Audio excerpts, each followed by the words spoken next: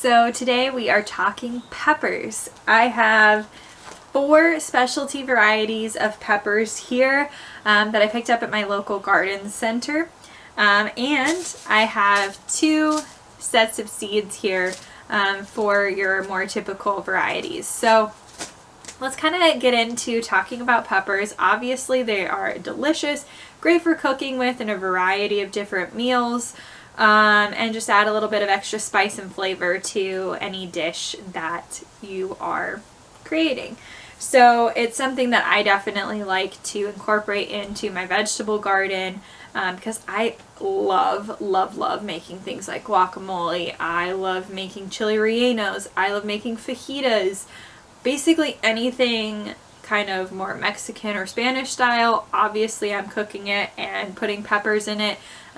Anything that's more of like an Asian dish, like I will put peppers into my fried rice or in amongst my orange chicken that I make. Put it in eggs. I love to make salsas, all sorts of different kinds of yummy treats.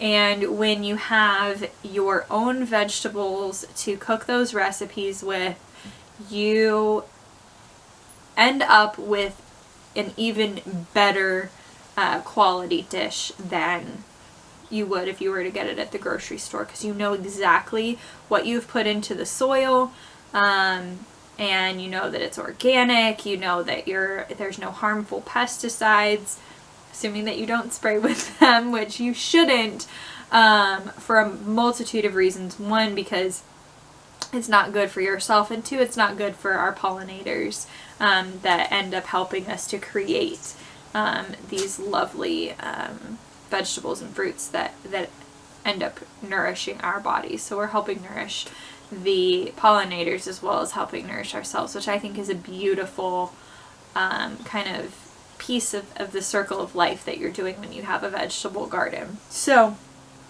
to talk about these peppers, each one of them ranks on what's called the Scoville scale, and this is basically a heat indication of your pepper. Now these 4 are extremely hot. They're on the top end of the Scoville scale, which we will put up on the screen, and then the 2 that are seeds are on the lower end. Now the Scoville scale goes from 0 to officially 2.2, I believe, million. Unofficially it goes up to 3.1 million. There is supposedly a pepper out there that ranks that 3.1 million on the Scoville scale, but it has not yet been verified by the Guinness Book of World Records, according to what I have read. So, to start off here, we do have the official hottest pepper on that Scoville scale, which is called the Carolina Reaper. Now this is a pretty famous pepper. However, it's not something, along with these other peppers, it's not something that often you see like at your garden center or a home store that's where they're going to have seeds for it. So often you're going to need to buy a start, and we got lucky enough that there is a nursery near my house that has a pepper sale at the beginning of each spring. It's called Walter Anderson's down in San Diego. It's a little bit of a drive from my house, but it's close enough. And so they had all of these peppers here that we've purchased. So to start off, like I said, Carolina Reaper. Let me show you the tag here so you can get a good idea of what they look like. Let's get the camera to focus. There we go, Carolina Reaper. So you can see it's got a red hue to it, really glossy, pretty, but kind of a crinkly skin. And these fruits are about 2 to 3 inches in size. So they're a pretty good sized pepper, and obviously they have a gorgeous red color on them. So this is our first, like I said, this is our first pepper. This one ranks at the official around 2.2 million on the Scoville heat scale, world's official hottest pepper. So we have one of these. I'm going to grow it here. I'm also going to give one of these to my brother. and he gets to grow it at his house. He's going to actually grow it in containers. So we'll get to see kind of the difference between in-ground versus container growing for some of these peppers. And that's kind of the beauty with a lot of vegetables, is you don't necessarily have to have a large backyard or even a backyard at all to grow a lot of these foods. As long as you get a good amount of sun, 6+ hours of sun a day on like a patio or a balcony or something like that, you can grow a lot of vegetables and fruits in a really, really small space. My backyard is not very large, but we pack a lot into it. So that's kind of the beauty of all of this, is you don't have to have a giant space. So we're going to show you how you can do this without having a giant space or a farm per se. There's more of like we have more of like a suburban farm, is kind of what I call it. And you can have a patio farm or a balcony farm. So anyways, back to our peppers. This is a Carolina Reaper. It is our first pepper. And I don't think I mentioned, this one hails from the United States. All of these peppers are from different parts of the world, which is also super cool. So our next pepper here is the boot jocola. It is a ghost pepper. It is a very hot pepper. It ranks just down here from our Carolina Reaper. This one comes to us from India, and it ranks on the Scoville scale at about 1.2 million. Here is the tag here. So you can see this one has kind of a more orangish red hue, and the fruit on this is somewhere between 2.5 to 3.5 inches big. And again, we have 2 of these. One is going to be planted here. One is going to my brother, so he'll get one of these.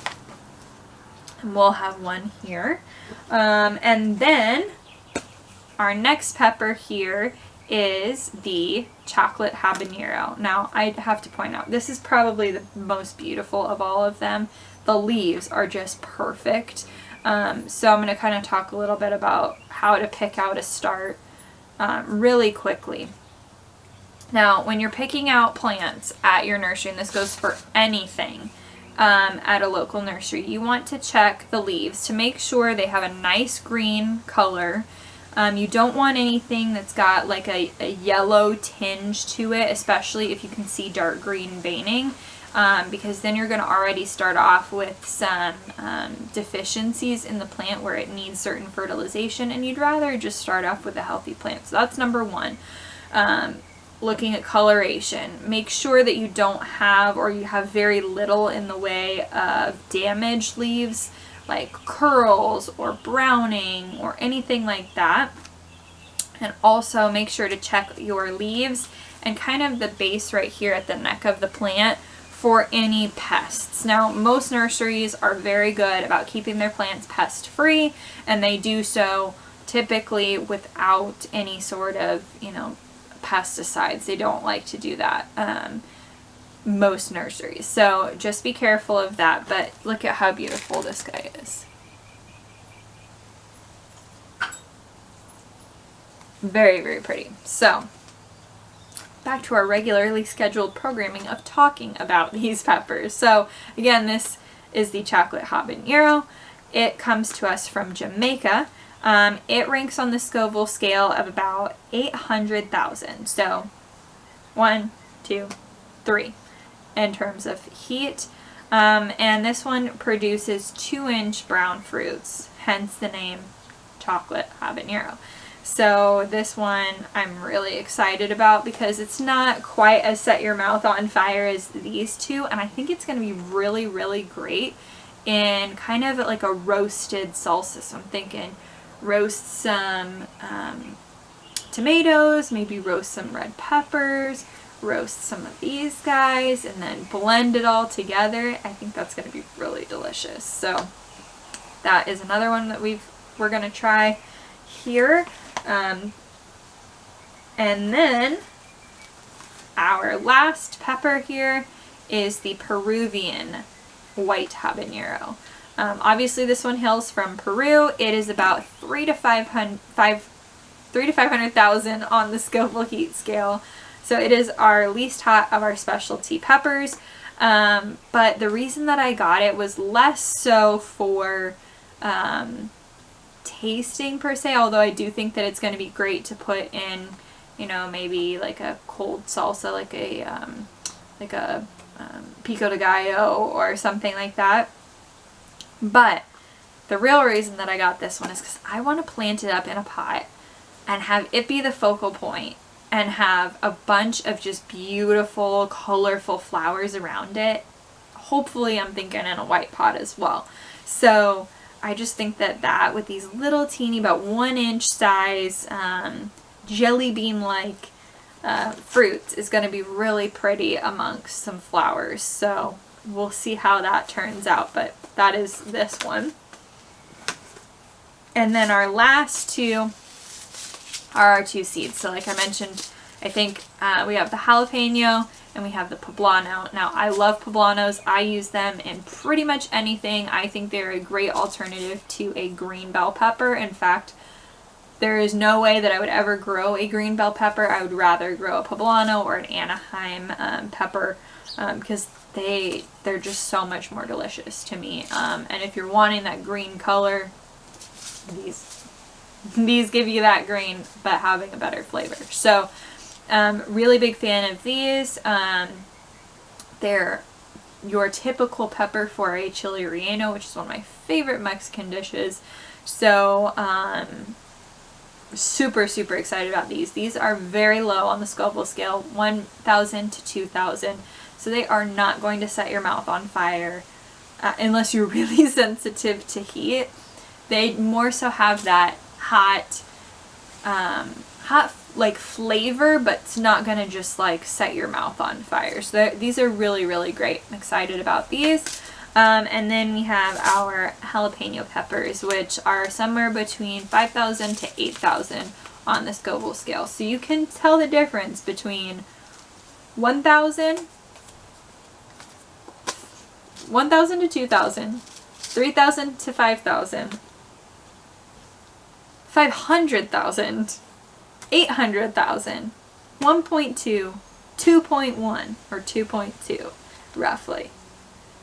Huge difference in kind of the range of these. So I guess if we're doing them, if we're ranking, you know, in terms of heat, this is kind of your heat indicator. Poblano, jalapeno, white habanero, chocolate habanero, boot jocola, Carolina Reaper. So those are all the peppers that we have. We are going to plant up these 2 today. The boot jocola ghost pepper and the Carolina Reaper. We're going to plant those up in our little farm area, and then a couple days from now I will be starting these 2 from seed, and I will show you the whole seed starting process. Pretty much everything else besides these plants here are going to be started from seed in our little farm area, including some flowers.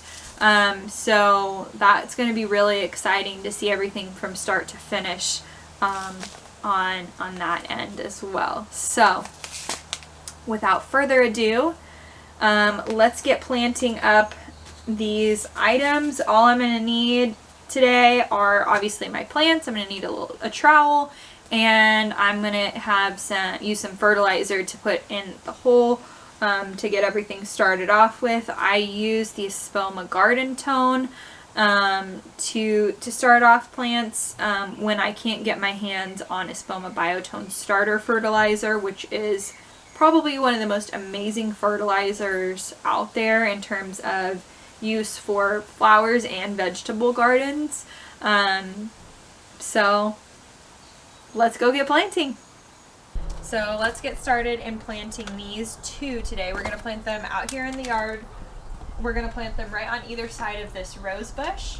Our materials are obviously the plants. We have Espoma Garden Tone. This is just a fertilizer that's going to help get these plants going and keep them going throughout the season to produce large plants with lots and lots of fruit. So we have this. I've got my gardening gloves and my trowel here, and we're gonna just get started.